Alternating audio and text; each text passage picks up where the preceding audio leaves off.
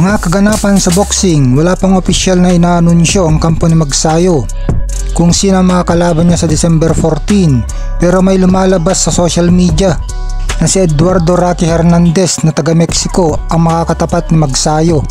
Kung ito nga ang mga kalaban ni Magsayo ay magandang laban nito mga lods, dahil napakataas ng knockout percentage nitong taga Mexico, 88.89%. Samantalang si Magsayo ay 65.38% ang kanyang knockout rate. May record itong si Eduardo Hernandez na 36 wins with 32 knockout, 2 losses. Itong dalawang talo niya ay via knockout. Natalo siya sa knockout dito. Pero kung makikita natin mga lods, 32 ang knockout niya, kaya napakadaming knockout ito.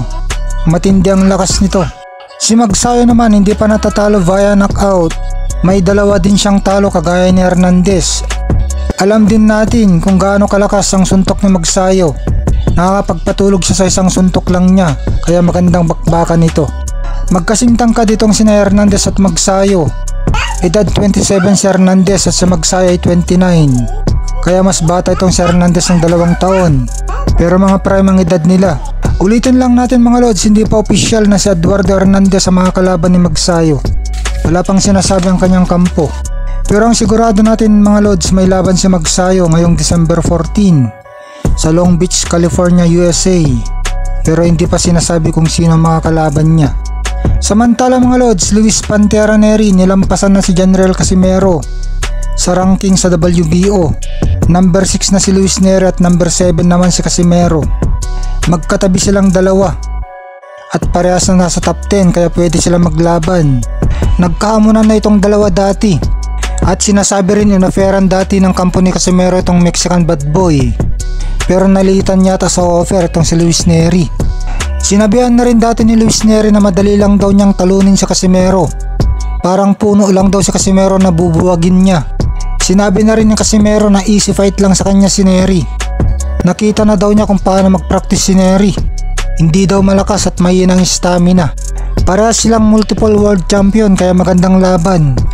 Gusto rin ng mga Pinoy boxing fans ang bakbakan nito, kasi mga masisipag sumuntok ito, kaya bakbakan talaga.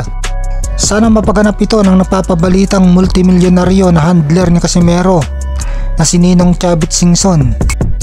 Samantala napanatili naman ng Pinoy top prospect undefeated Wonderboy Calames Martin ang kanyang pagka number 2 sa WBO Super Bantamweight Rankings. Napospon ang laban ni Calames Martin, nasa November 30 sana.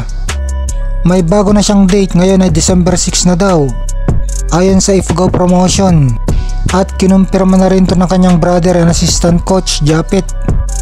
Ang laban nila ni Tostado ay gaganapin sa Grand Hotel Tijuana, Mexico. Itong mga kalaban ni Martin ay Meksikano. Ang pangalan ay Ruben Tostado Garcia. Maraming talo na ito, 14 na ang talo niya. At ang masakit dun, siyam sa mga talo niya ay na-knockout siya.